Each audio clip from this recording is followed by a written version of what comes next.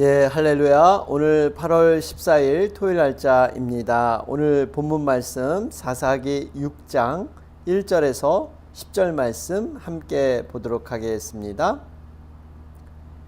이스라엘 자손이 또 여호와의 목전에 악을 행하였으므로 여호와께서 7년 동안 그들을 미디안의 손에 넘겨주시니 미디안의 손이 이스라엘을 이긴지라.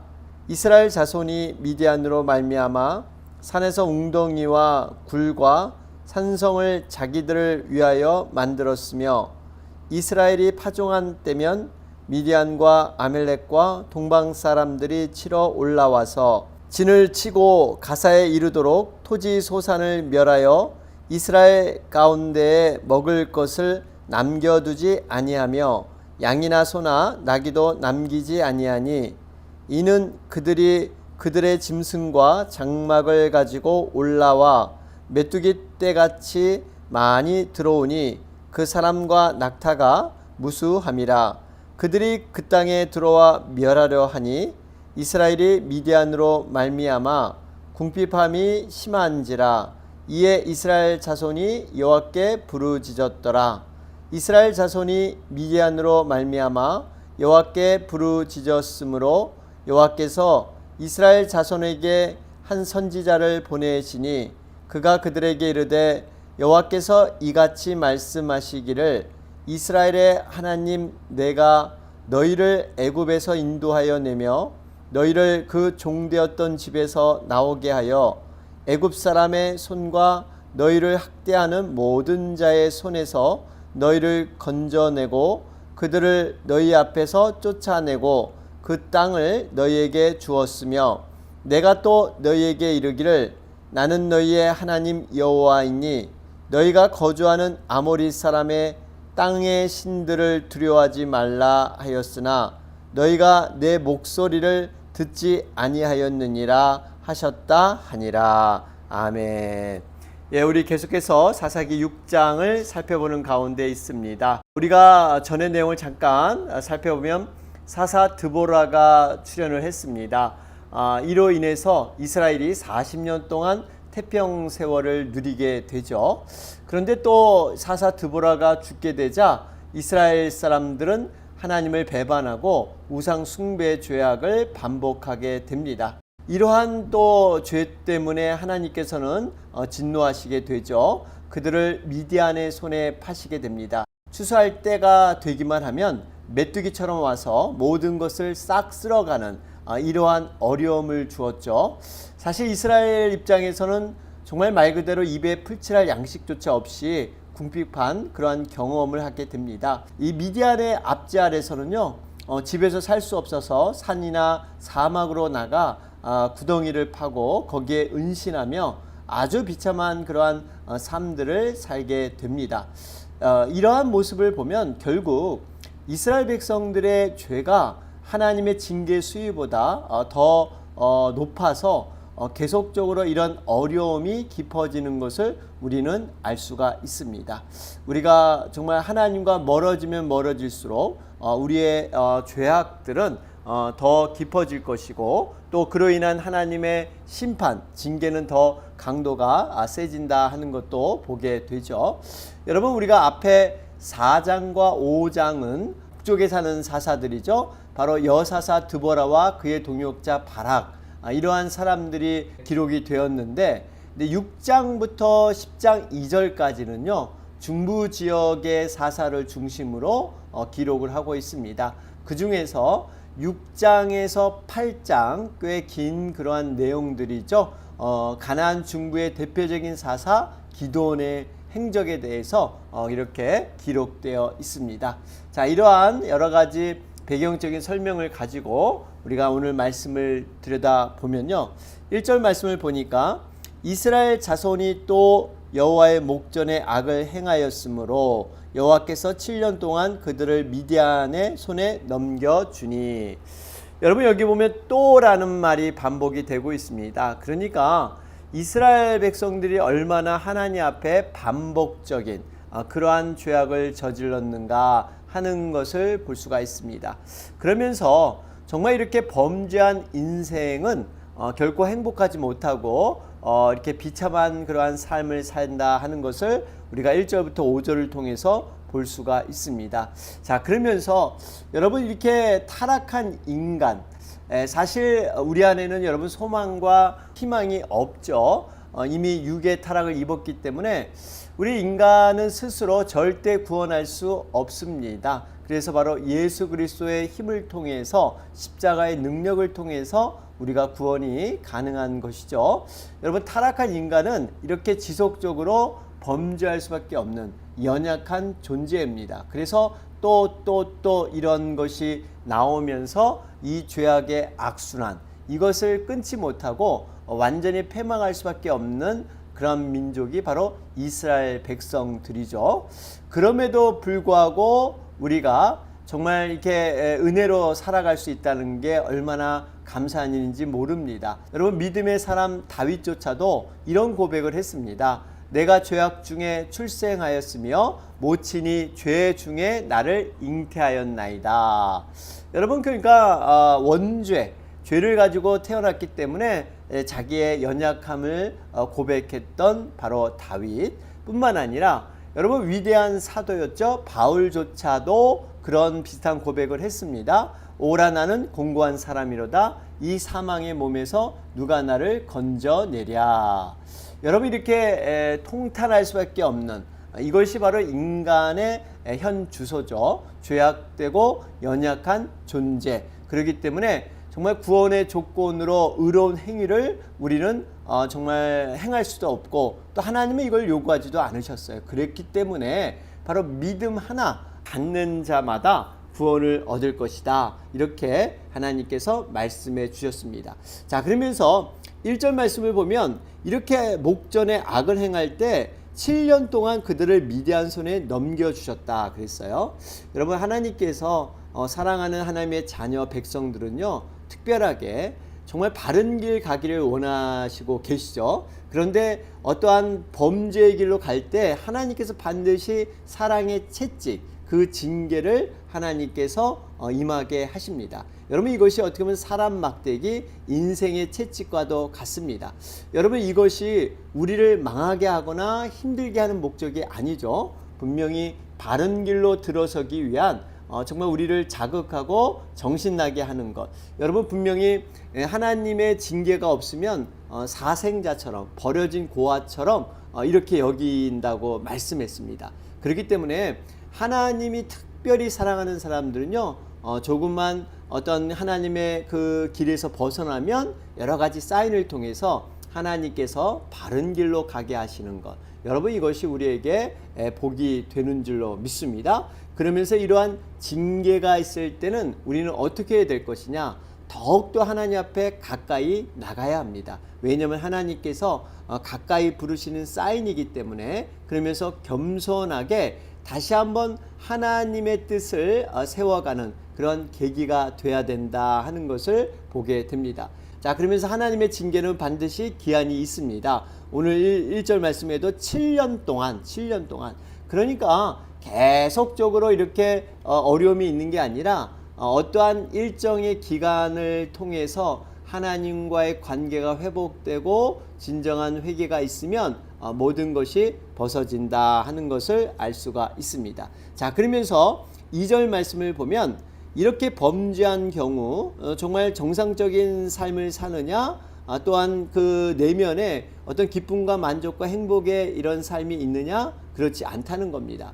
범죄한 사람은 모든 삶에서 유리하는, 방황하는 이러한 삶을 살 수밖에 없다는 것을 2절을 통해서 보여주고 있습니다.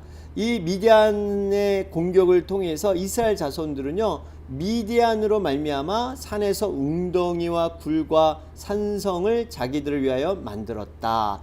그러니까 현실적인 평범한 삶을 살 수 없는 이러한 현실이 됐죠. 적극적으로 도피해서 숨어 살아야 되는 이것은 범죄한 자들이 어떤 심판과 형벌을 받게 된다는 사실을 알기 때문에 죄의식이라는 거 있죠. 스스로 이렇게 뭐 도둑이 재발 저리는 것처럼 스스로 정말 하나님이 주시는 평안과 감사와 기쁨의 행복을 누리지 못하고 피하여 유리 방황하는 삶.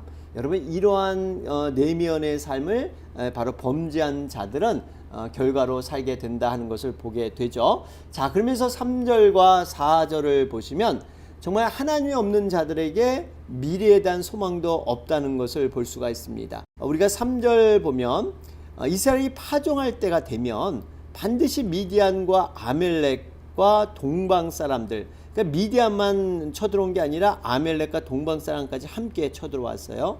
그런데 이들이 쳐들어와서 4절에 보면 먹을 것을 남겨두지 아니하며 아무 소나 나귀도 남기지 아니하고, 그 다음에 5절에 메뚜기와 같이, 여러분 이 메뚜기 떼 아시죠? 우리가 가끔 어떤 충격적인 영상을 보면 메뚜기 떼가 이 완전히 구름처럼 이렇게 몰려와서 농작물을 다 먹게 되고, 그냥 이것이 농작물이 초토화되는, 남는 것이 하나 없습니다. 그렇게 무서운 게 메뚜기 떼라 그러죠.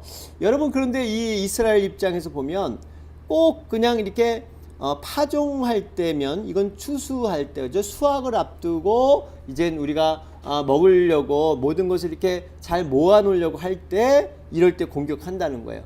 어떻게 씨를 뿌릴 때라든지 뭐 중간에 공격을 하면 조금 더 이렇게 억울하지 않겠지만, 이젠 바로 이제 다 해서 먹으려고 하는 이런 찰나에 이렇게 공격해서 다 뺏어가는, 얼마나 이스라엘 백성들이 힘들었겠습니까? 이러한 모습을 볼 때 정말 이 하나님 없는 삶은 얼마나 비참한 삶인가, 이러한 모습을 우리는 깨닫게 됩니다.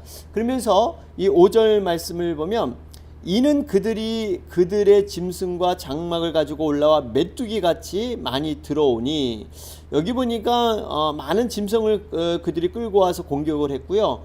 많은 수가 들어와서 공격을 했더니 메뚜기 떼 같다. 여러분, 사실 이 메뚜기 떼를 막을 길이 없습니다. 아무리 정말 현대 과학이 발달을 해도 자연재해 앞에는 어쩔 수 없는 것이 인간의 모습이죠. 이 의미는 우리가 육체로는 이 사단은 메뚜기 떼와 같이 이렇게 성난 짐승처럼 우리를 공격하는데요. 우리가 어떠한 육체적인 힘으로, 능력으로 이런 사단과 맞서서 이길 수 있느냐? 없습니다. 우리는 정말 우리 자신의 한계를 알아야 합니다. 우리 자신의 힘으로는 도저히 안 되고, 바로 성령의 능력, 여러분 성령의 능력을 우리는 공급받고 그분을 인정하고 그분의 도움을 통해서 우리는 온전히 이러한 여러 가지 영적 싸움을 이겨나갈 수 있다는 것입니다. 그렇기 때문에 우리는 늘 영적인 전신갑주를 입고, 정말 이것이 눈에 보이는 혈과 육의 싸움이 아니라 영적 싸움이기 때문에 우리는 반드시 성령의 능력을 덧입고 이 삶을 살아가야 된다 하는 것을 돌아보게 됩니다. 자, 그러면서 6절 말씀을 보면 이스라엘 입장에서는 얼마나 힘들었겠어요. 이 먹을 것이 없을 때, 양식이 없을 때, 더군다나 이것이 없어서 우리 자신의 자녀들, 어린 자녀들이 굶어서 죽어나갈 때, 여러분 부모의 입장에서는 너무나 힘든 그러한 삶일 겁니다. 6절에 보면 이스라엘이 미디안으로 말미암아 궁핍함이 심한지라 이에 이스라엘 자손이 여호와께 부르짖었더니, 그러죠? 또 7절에도 이스라엘 자손이 미디안으로 말미암아 여호와께 부르짖었으므로, 여러분 얼마나 그 삶이 힘들었는지 기도가 절로 되는 거죠. 하나님께 부르짖는 이 궁핍함이 심한지라 그래요. 궁핍함이 심한지라. 여러분 왜 이렇게 이스라엘 백성들이 어려움을 당했을까요? 바로 악을 행했기 때문에. 그 악은 하나님을 떠나서 우상을 숭배하는 것이었습니다. 이로 인해서 지금 미디안이 공격해오고 이런 어려움들이 찾아오게 된 거죠. 여러분 여기서 우리가 한 가지 깨닫는 교훈은, 우리에게 오는 고난의 때는요, 결코 그 고난으로 우리를 종말내고 끝을 내기 위해서 이 고난이 찾아오지 않은 것이죠. 우리에게 오는 고난은 자신의 죄를 깨닫고 그 죄에 돌이켜서 회개할 수 있는 기회, 여러분 이 기회가 우리에게 온 것인 줄로 믿습니다. 그렇기 때문에 고난이 주어졌을 때 우리는 기도를 통해서, 말씀을 통해서 우리의 삶을 돌아봐야 합니다. 그러면서 하나님 보시기에 아름답지 못한 것, 이런 것들을 우리가 다시 한번 들춰내어서 이런 것을 진짜 하나님 앞에 철저히 깨닫고 회개하고 다시 하나님 편에 우리가 돌아서는 것. 여러분, 이것이 어떻게 보면 고난이 가져오는 축복의 길이다 하는 것을 볼 수가 있고요. 고난은 때 우리가 진정한 회개를 통해서 우리가 하나님 앞에 나가면 하나님께서는 우리를 다시 한번 싸매 주시고 우리를 다시 한번 하나님의 자녀로 회복해 주신다는 사실입니다. 이사야 1장 5절과 6절 말씀을 보면 너희가 어찌하여 매를 더 맞으려고 더욱 패역하느냐. 온 머리는 병들었고 온 마음은 피곤하였으며 발바닥에서 머리까지 성한 곳이 없이 상한 것과 터진 것과 새로 맞은 흔적뿐이오늘 그것을 싸매며 기름으로 유하게 함을 받지 못하였도다. 여러분, 그러니까 우리가 이렇게 하나님 앞에 맞았을 때 빨리 잘못을 인정하고 돌아서야지 끝까지 고집부리면서 자기 길로 가려고 할 때 정말 이것은 방법이 없다는 겁니다. 어쨌든 회개를 통해서 이 회개가 우리에게 회복의 기회다. 그렇기 때문에 이 고난이 결코 고난이 어려움과 우리를 힘들게 하는 것만이 아니다라는 것을 다시 한번 보면서 우리가 고난일 때일수록 하나님 앞에 더욱 부르짖어야 될 줄로 믿습니다. 그래서 이스라엘 백성은 7절에도 여호와께 부르짖었다 이렇게 강조하고 있습니다. 자, 그러면서 이스라엘 백성들이 이렇게 6절과 7절에 하나님께 부르짖었더니 하나님께서는 참 이스라엘 백성들의 부족함을 아시고 또 이렇게 반복적으로 끊임없이 죄를 이렇게 짓고 있지만 하나님은 그렇다고 외면하지 않으십니다. 여러분, 자녀들을 끝까지 책임지기 위해서 부모님들은 또 자녀들이 돌이키겠다 하면은 정말 이렇게 또 마음을 다시 한번 새롭게 하는, 여러분, 이것이 어떻게 보면 하나님의 마음이십니다. 이들이 부르짖었더니 하나님께서 어떻게 처리하십니까? 8절에 보니까 이스라엘 자손에게 한 선지자를 보내시니 그가 그들에게 이르되 여호와께서 이같이 말씀하시기를. 여러분, 좀 여기선 특별한 점이 있죠. 예전에는 이 이스라엘 백성들이 부르짖으면 바로바로 사사를 보내주셨는데 이번에는 선지자를 보내주셨던 것이죠. 왜 선지자를 보내주셨을까요? 그들에게 깨우침을 주시기 위해. 여러분, 선지자를 통해서 하나님께서 이제는 그 너희들의 문제, 또 이러한 어려움의 문제의 본질이 무엇인가를 이렇게 깨우쳐 주기 위해서 선지자를 보내주신 줄로 믿습니다. 그래서 이 깨우침을 가지고 그들이 온전한 회개를 할 수 있도록 여러분, 이러한 모습, 분명히 하나님께서는 사랑이 무한하시기 때문에 그저 그냥 의인의 기도만 들어주시는 것이 아니라 죄인의 부르짖음도 외면하지 않으시고 반드시 응답해 주신다는 사실입니다. 그래서 우리가 정말 하나님이 어떤 하나님인가를, 그분의 속성, 자비로우시고 긍휼이 풍성하신 하나님, 사랑이 충만하신 하나님, 그 하나님을 늘 묵상하면서 여러분, 그 하나님을 붙들고 우리가 어떤 자리에 있든지 간에 죄인의 자리든 의인의 자리든 간에 여러분, 끝까지 우리는 기도로 나가야 될 줄로 믿습니다. 우리가 8절 말씀을 보면 이제는 이 선지자를 통해서 정말 하나님의 말씀을 선포케 하고 계시죠. 그래서 8절에 보면 과거의 역사를 이들에게 그들이 스스로 돌아보게 그런 기회를 주고 계시죠. 이스라엘의 하나님, 내가 너희를 애굽에서 인도하여 내며 너희를 그종되었던 집에서 나오게 하여. 그러니까 지금 너희들의 과거의 모습이 어떤 모습이었냐? 종들이고 노예들이 아니었느냐? 내가 일방적인 은혜로 너희들을 참 구원해내지 않았느냐? 여러분, 이들은요 어느 정도였냐면 자기들이 종살이 할 때 너무 힘들어서 하나님께 부르짖고 그 부르짖는 기도조차도 잊어버리고 살았습니다. 그래서 하나님께서 권념하사,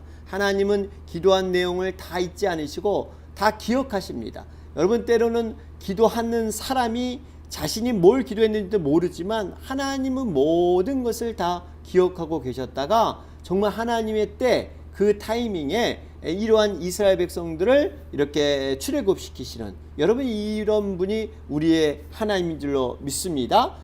9절에도 보면 여기 보니까 이 애굽 사람의 손과 너희를 학대하는 모든 자의 손에서 너희를 건져내고 그들을 너희 앞에 쫓아내고 그 땅을 너희에게 주었으며. 여기 보세요.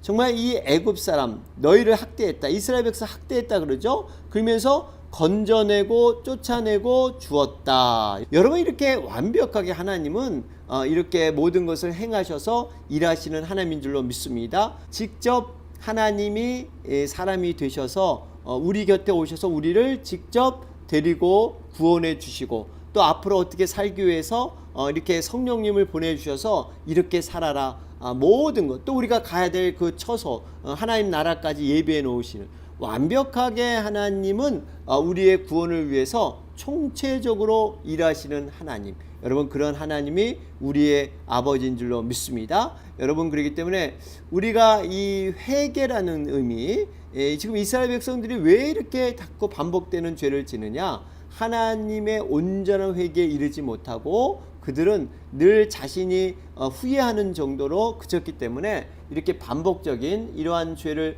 저질 수밖에 없다 하는 것을 볼 수가 있습니다. 9절 말씀에도 보면 이 지금 건져내고 쫓아내고 너에게 땅을 주었으며 모든 것이 이미 이루어졌다는 겁니다. 그러니까 여러분, 복이라는 의미는 무엇을 앞으로 차지하고 획득하고 얻는 것이 아니라 이미 주어진 것을 잘 간직하고 잘 경영하고 잘 운영하는 것. 여러분, 이것도 우리에게 너무너무 중요한 복이 되는 줄로 믿습니다. 여러분, 우리가 이미 갖고 소유한 것들 얼마나 우리는 소중하게 여기고 감사하게 여기고 이것을 귀하게 여기고 있습니까? 여러분, 정말 우리가 한번 돌아보면요, 사실 감사해야 될 게 너무 많아요. 이미 우리에게 주어진 것들입니다. 그런데 우리는 이것을 그냥 너무 평범하게 보고 여기 속에 감사가 들어있는 그 비밀을 알지 못하기 때문에 여기에는 만족하지 않고 자족하지 않고 늘 새로운 것, 또 다른 어떤 것을 이렇게 또 요구하면서 나가는 것. 여러분, 이것은 결코 내 소원이고 내 욕망일 수 있습니다. 우리가 주어진 것은 최대한 감사하면서 여러분, 그 안에서 하나님의 은혜를 놓치지 않는 것, 이건 너무나 중요한 영적인 원리다 하는 것을 볼 수가 있습니다. 자, 그러면서 10절 말씀입니다. 내가 또 너희에게 이르기를 나는 너희의 하나님 여호와니 너희가 거주하는 아모리 사람의 땅의 신들을 두려워하지 말라 하였으나 너희가 내 목소리를 듣지 아니하였느니라 하셨다 하느니라. 여러분, 여기 보세요.